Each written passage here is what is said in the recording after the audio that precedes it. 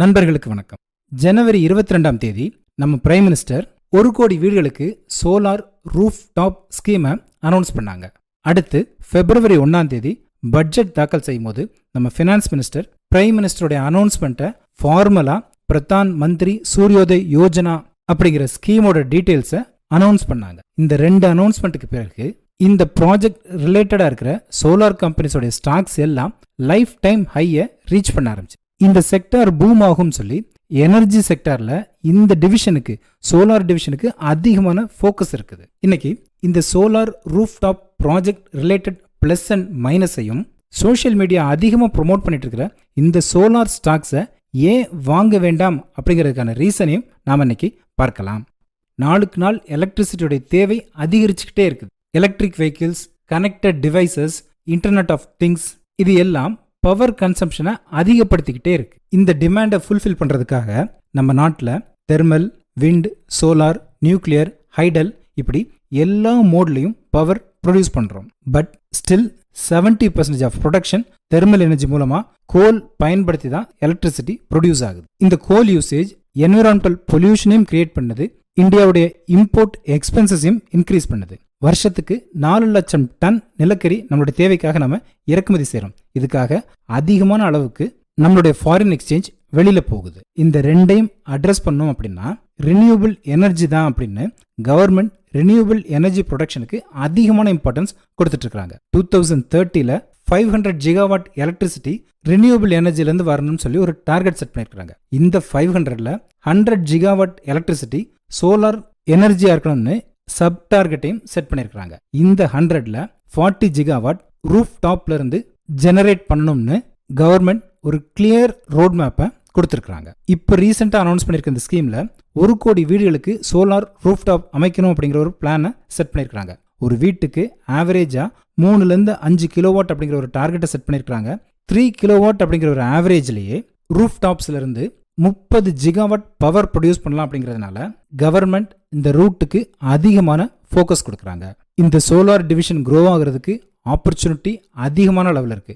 அடிஷ்னலா கவர்மெண்டோடைய சப்போர்ட்டும் இருக்கு. இதெல்லாம் இந்த செக்டாருக்கு பெரிய பிளஸ்ஸா இருக்கு. ஆனா மைனஸும் இதுக்கு சரியா இருக்குது. 2024 ஜனவரியில் அனௌன்ஸ் பண்ண இந்த நியூஸ் தான் இப்போ ஹாட் டாபிக்கா போயிட்டு இருக்குது. பட் கவர்மெண்ட் இந்த டிவிஷனுக்கு 2014 டிசம்பர்ல இருந்து இதே ஃபோக்கஸ் கொடுத்துட்டு இருக்காங்க. பட் ரிசல்ட்ஸ் எதிர்பார்த்த அளவுக்கு இல்ல.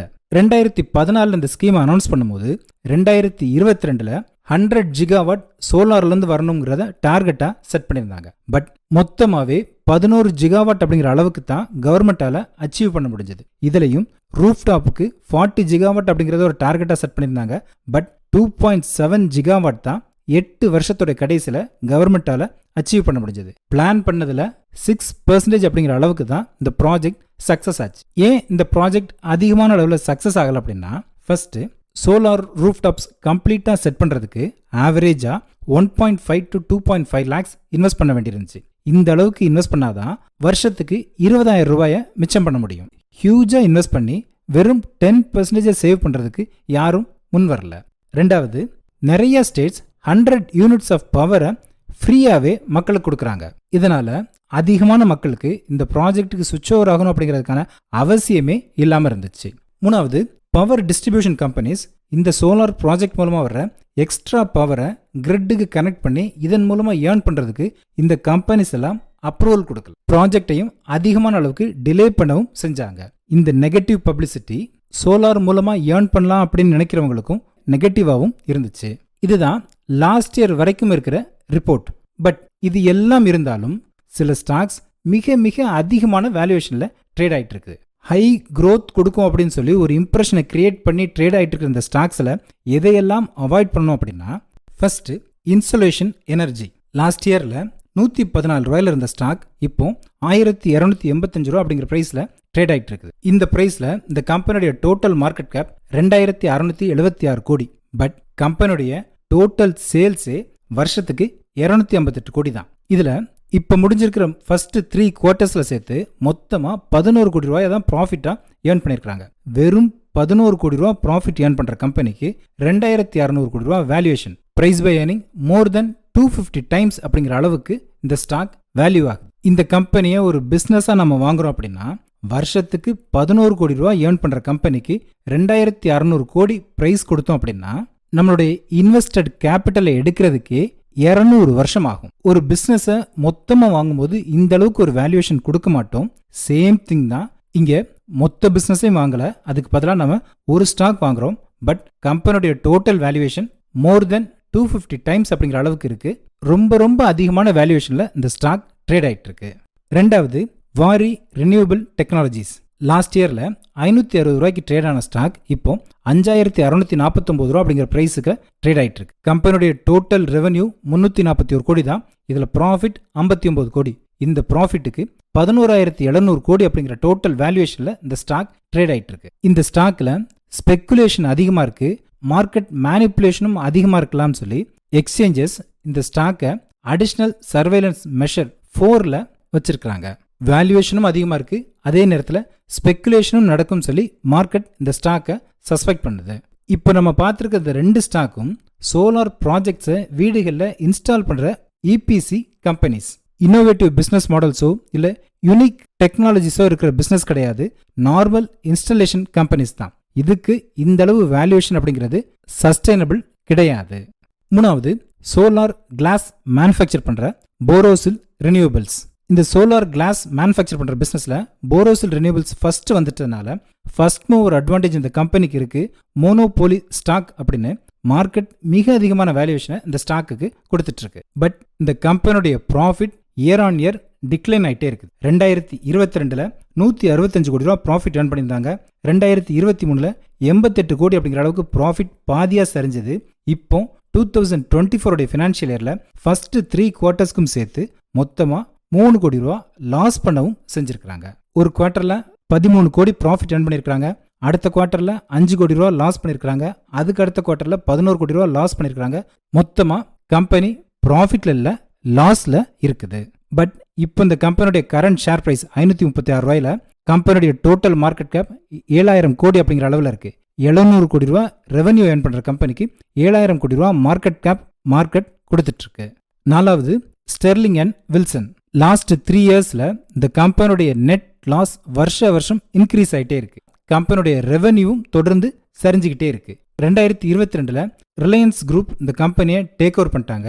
ஸ்டில் லாஸ் மேக் பண்ணுற கம்பெனிக்கு பிரைஸ் டு சேல்ஸ் 10 டைம்ஸும் பிரைஸ் பை ஏர்னிங் நெகட்டிவ்ல 89 டைம்ஸும் சஸ்டைனபிள் கிடையாது.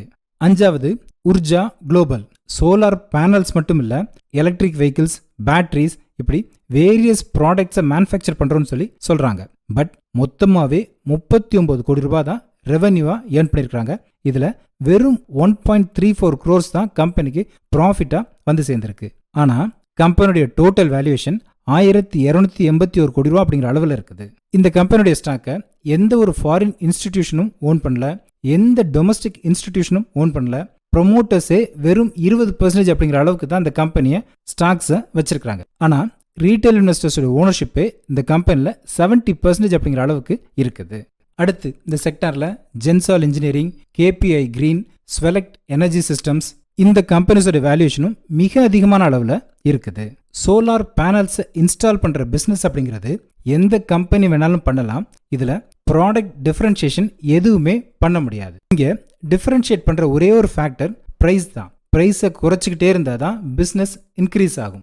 இந்த கம்பெனிஸ் எல்லாம் காம்படிஷனுக்காக ப்ரைஸை தொடர்ந்து குறைக்க ஆரம்பிச்சாங்கன்னா ப்ரைஸ் சரியுதோ இல்லையோ இந்த கம்பெனிஸோடைய பிஸ்னஸ் எல்லாம் மிக அதிகமாக பாதிக்கப்படும். அப்படி பாதிக்கப்பட்டுச்சு அப்படின்னா இந்த கம்பெனிஸ்க்கு இந்த அளவுக்கு இருக்கிற வேல்யூவேஷன் அங்கிருந்து கரெக்டாக ஆரம்பிக்கும். இது இந்த கம்பெனியில் நம்பி இன்வெஸ்ட் பண்ணியிருக்கிற இன்வெஸ்டர்ஸ்க்கு மிக அதிகமான இழப்புகளையும் ஏற்படுத்தக்கூடும்.